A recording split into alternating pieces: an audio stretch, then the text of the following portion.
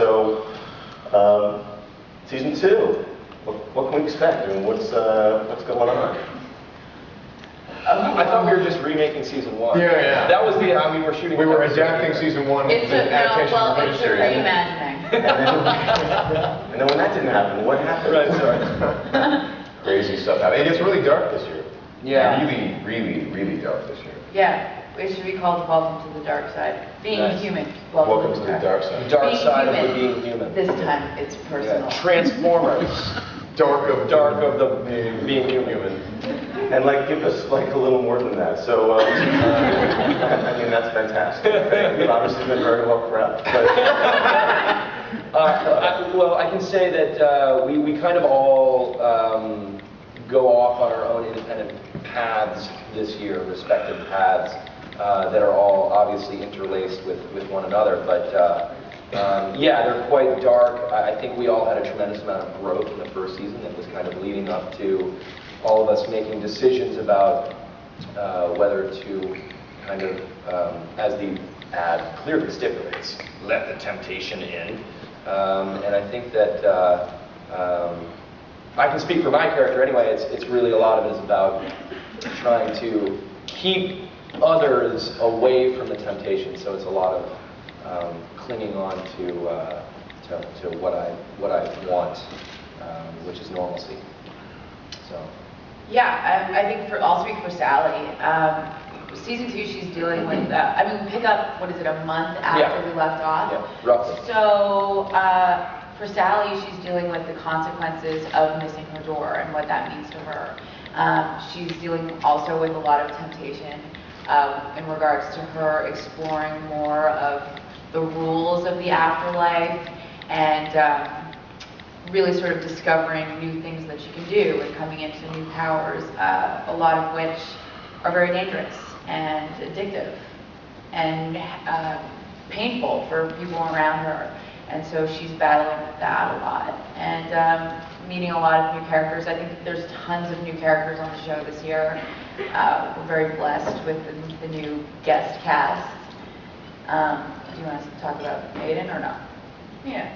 Do we need to? Talk a little bit about the guest cast. It's a good entree to Aiden's character and like we have a new. Well, we have Deacon Lockman this year, who's playing Surin, who is a very old vampire. How old is she? Over 700 years old. Okay. All right. Yeah. And That's old. I thought she was like 37. really old vampire. Really old. And then we also have Kyle Schmidt, who plays Henry, who's an awesome addition. Yeah. Aiden is he's dealing with there's all these really neat identity issues throughout this season, because as we saw last year, we went back to a few time periods with the 50s, with the 70s. Well, we're going way back to the 80s. We went, Aiden was a guitar player, and the bishop was a singer, and there's this whole thing of like, well, I want to be the singer, you be the guitar player.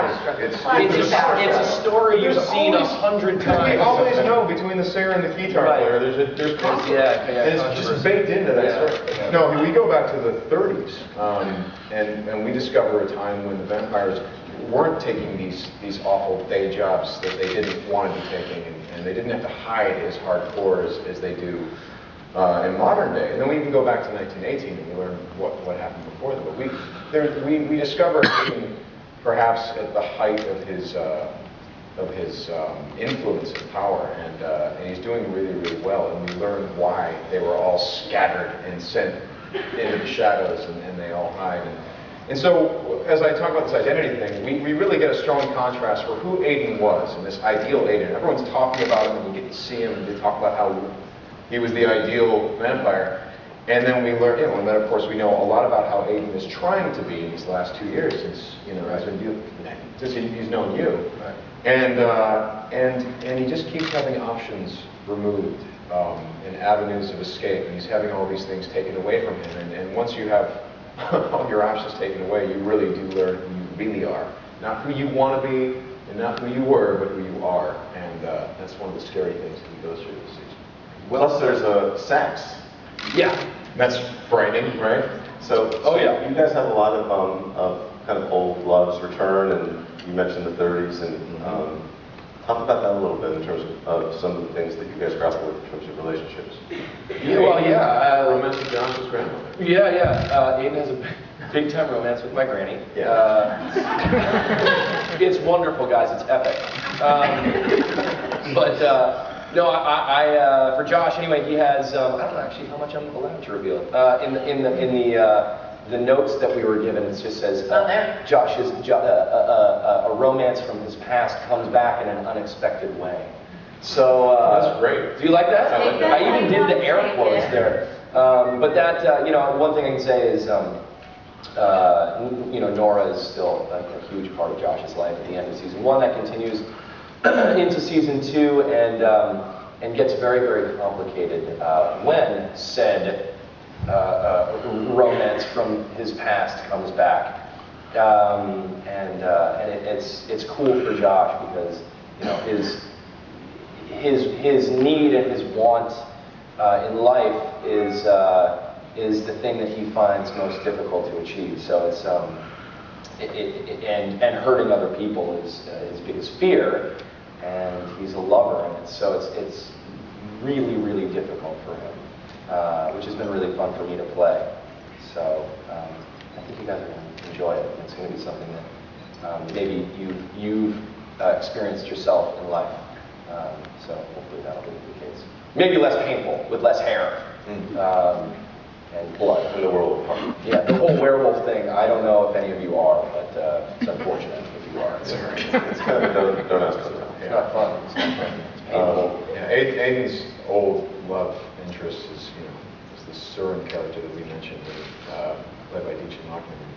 And it's interesting because how many of us have been in situations where we had a major longing for someone, and then maybe a year or two down the road, we actually have an opportunity to be with that person, and maybe it isn't everything that you thought it would be, and it's trying to figure out, because Aiden had this old love back in the 30s, that he had these feelings for, but he was quite literally a different person back then. So to reconnect with that, what does that mean for him, and where is that going to go, and is it the best thing for him, and what does he think about all this? I mean, does he know that he's perhaps getting himself into trouble, or is this even what he wants anymore? It's very strange, but he gets very caught up in this and all these identity issues that come out.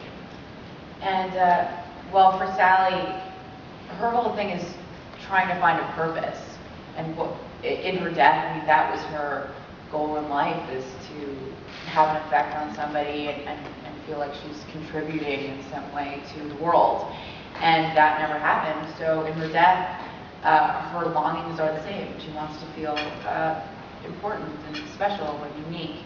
And so she falls for someone who's living in life and tries to be with him and will do whatever it takes to be with him, which also falls into the whole dangerous category. Dangerous. Addictive. Yeah, your story's really awesome. It's amazing. Yeah. It's so original and imaginative. Yeah.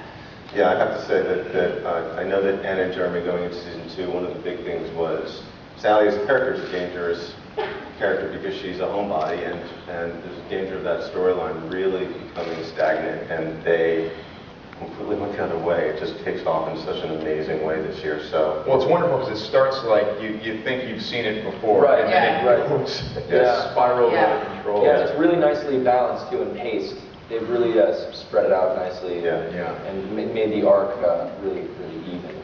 Love that. So we're gonna open up to your questions. Before we jump in, though, I have one last one, which is, what about Bishop? Like, does he come back?